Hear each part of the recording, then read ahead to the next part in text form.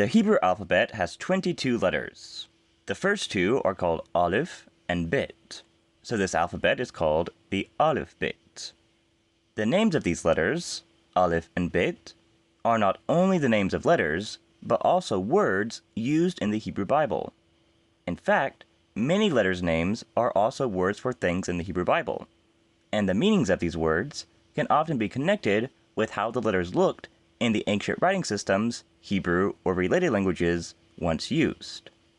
Hello, my name is Matthew, and this is Learn the Lingo. Today, we're going to learn the following about each Hebrew letter: how it sounds, how it looks in Proto, Paleo, and later Hebrew scripts, what its name means, and how it might appear in the Hebrew Bible as a regular word. Let's begin with the letter aleph.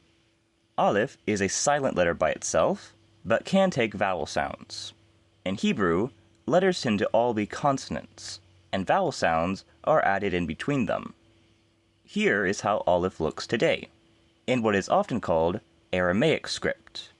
Hebrew began to use this writing system in the Second Temple period, eventually replacing the previous Hebrew letters called Paleo-Hebrew. This is what an aleph looks like in Paleo-Hebrew. This version looks a little bit like a bull's head with horns, and in even earlier writing systems like Proto-Sinaitic or Egyptian hieroglyphs, the aleph or its equivalent was simply a drawing of a cow's or an ox's head. And ox or bull is actually what the word elif or aleph means in the Hebrew Bible. Elif or aleph has a second more common meaning as well: thousand. So that's aleph. Now let's see bet. Here it is in our two writing systems. Bet can say b or v. In Proto-Sinaitic, the bet looked like the floor plan of a little house, and bait, which is often pronounced bet, means house, and is a very common word in the Bible. Gimel is the third letter of the aleph-bet, and says g. Its shape has changed slightly less throughout all these writing systems. Its meaning, though, is very uncertain. The only similar words used in the Bible is the noun gamal, which means camel, and the verb gamal, which has many meanings, but most often means to wean or to recompense. Dalet has a more clear meaning. It makes the d sound, and in earlier writing looks a little bit like a delet, a door. Delet, which can also be pronounced dalet in some places, appears almost 90 times in the Bible. Now for hey, which usually says h, but is silent at the end of a word. This letter has changed its shape a lot throughout our writing systems.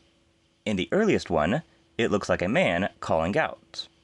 And twice in the Bible, the word hey is used to do just that. Hey is usually translated as behold or look. It is a very rare word.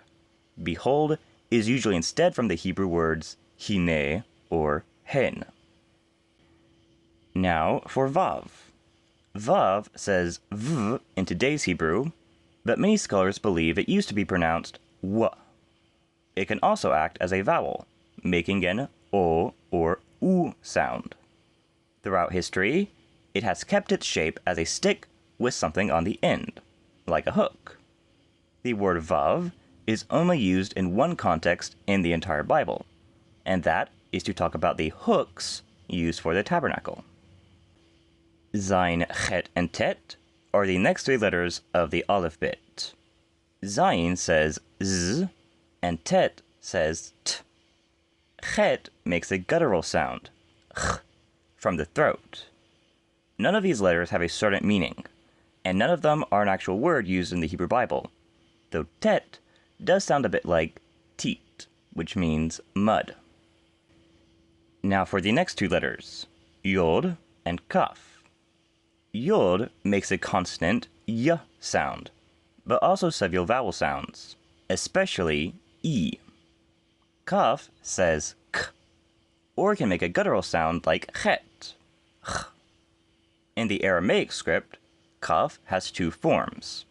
The second is called the final form, or Kaph Sofit, because Kaph only looks like that when it is at the end of a word. These sulfite forms only appear in this Aramaic script, none of the others. In Proto-Sinaitic and other ancient writing, both letters look like hands. Yod is more of the whole hand, and Kaph is the palm. And that is the meaning of the Hebrew words Yod and Kaph.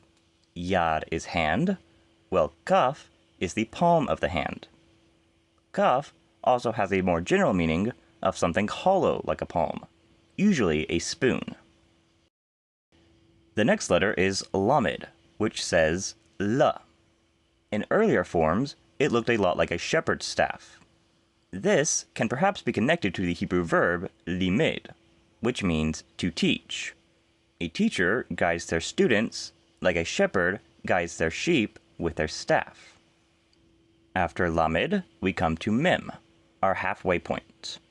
Mem says In today's Hebrew, Mem has a sulfite, or final form, like Kaph. Both these forms look quite different from earlier forms, which have a wavy pattern. These waves refer to Mayim, water, which is spelled with the same letters as the letter name Mem. Nun says N, and also has a sulfite form for when it is at the end of a word. The word Nun is a name in the Bible, as in Yehoshua bin Nun, Joshua son of Nun. However, what all these ways of writing Nun look like is a Nachash, a snake. Nachash isn't the name of the letter, at least today, but it is still a word that starts with Nun. The next letter is Samekh. Samekh makes a S sound, and is similar to the verb samach, which means to support. You can relate this meaning to how Samekh used to look like a supporting pillar. Ayin and Pe are the next two letters. Ayin is silent like aleph, and Pe can say P or F. Pe has a sulfite form in Aramaic Script. Both of these letters' names are also words for parts of the face. Ayin means eye, and Pe means mouth. You can see how in older writing systems, the letters looked like these body parts. Next are the letters Tsadi and Kuf. Tsadi is the fifth and final Hebrew letter that has a sulfite form in today's Hebrew script. It says ts, as in our English words cats or pizza.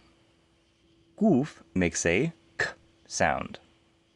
Tsadi is not a word that appears in the Bible, but Kuf is used a couple times and means monkey or ape, in reference to the animals Solomon imported on ships. Some ancient forms of Kuf did look like a monkey. And with that, we're now on the last three letters. The next one is Resh, which makes a R sound, similar to our English R, though not quite the same. Resh is related to the word Rosh, which means head, and a head is what this letter used to look like. This next letter has two names, Shin and Sin. These names actually refer to two different letters, spelled with the same character. Shin says sh, and Sin says s, and they are not interchangeable. In Bibles written with Aramaic Script, they add a dot to the top right for Shin, and top left for Sin. In the Bible, we have the word Shin, which means tooth, and the Paleo-Hebrew character for Shin looks like some sharp teeth. The last letter of the aleph-bet is Tav, which says t. Tav is a rare word in biblical Hebrew, used twice in Ezekiel when God tells a man to put a tav, a mark, on the foreheads of the righteous. In Paleo and older scripts, the tav was a simple mark of two crossed lines. And so those are how all 22 letters of the Hebrew aleph-bet sound, and how they looked in different periods of history, and how their names may be connected with their earliest forms. If you're interested in learning more about reading with the aleph-bet, check out my more extensive series here, and check out this playlist to learn how to read biblical Hebrew. Thanks for watching, and I'll see you in the next video. Goodbye.